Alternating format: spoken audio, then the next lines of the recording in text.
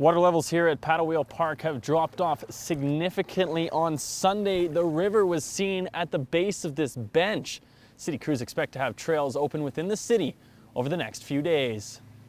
Chris, that is the question that many have been asking here in Quesnel, and I can tell you it won't be much longer as the West Fraser Centre is officially set to open its doors to the public by the weekend.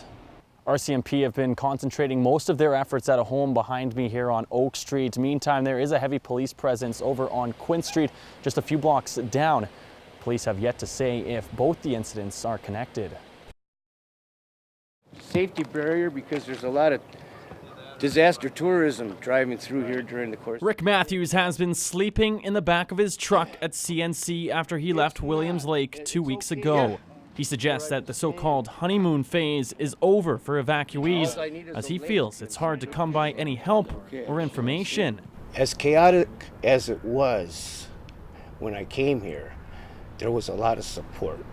And since that time, I can't help but feel herded around, manipulated, and demeaned. Sweeping changes have occurred at the evacuation center, including a new curfew in the evening and a new set of security measures. There's a new element of security guards that are prison guards, but their mindset isn't appropriate, maybe, for this setting. But the city says they were made available to help keep things safe. These are trained, absolute professionals, and I'm sure they're doing an absolutely outstanding job. Meantime, Kristen Reynolds is camped out only meters from Matthews with her 2 dogs. With the recent movement of RVs to the soccer fields last week, she believes she's next. We're starting to lose hope and we need information, and now the vibe has seriously taken a turn. It's not comfortable anymore. We're feeling unwelcomed. Those of us who are camped in the parking lot are fearing eviction. The relocation of RVs didn't sit well with Matthews as his friends were given short notice to leave. There wasn't any place for her. When I saw her, she was in tears. Didn't even have toilets. That's wrong. Thank you, Prince George, for everything. Smiles on faces, a few tears being shed, and hugs to go around. And for these 36 evacuees, today is a good day. It's going to be a long bus ride home, but at least I'm getting home. Yeah, you said you're in touch, so.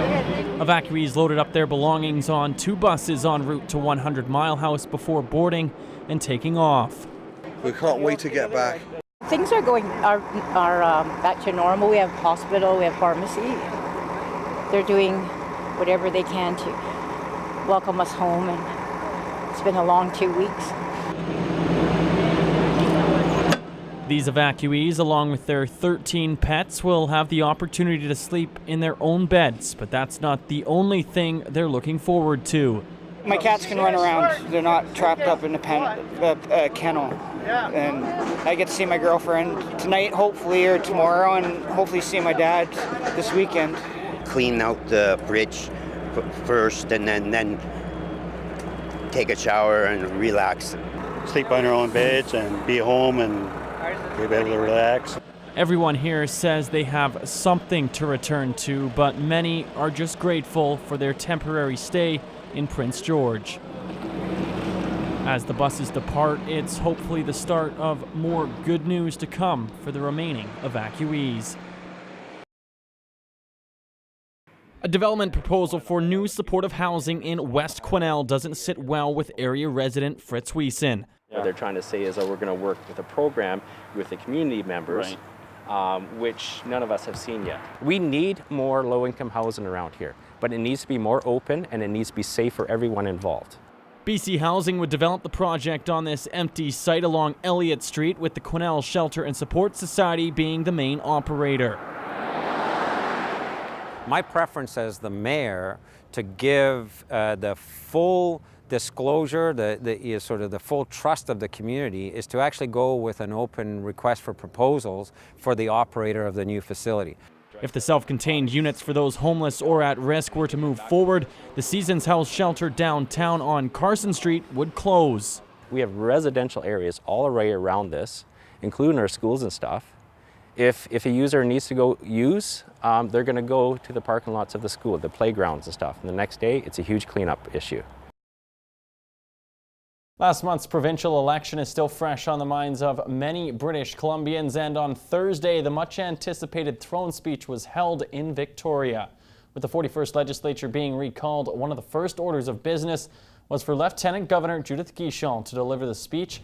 The document sets out a target of 2020 to eliminate operating debt, as well as increased resources to education and early childhood care, as well as mental health and addictions. One man is in hospital after he was stabbed Wednesday afternoon, and a woman has been arrested. Around 1 o'clock, the Prince George RCMP responded to a domestic disturbance at a home on Fern Crescent. When police arrived, they found an adult male suffering from stab wounds. The male was transported to hospital for non-life-threatening injuries. The 23-year-old woman is known to the victim and was arrested without incident.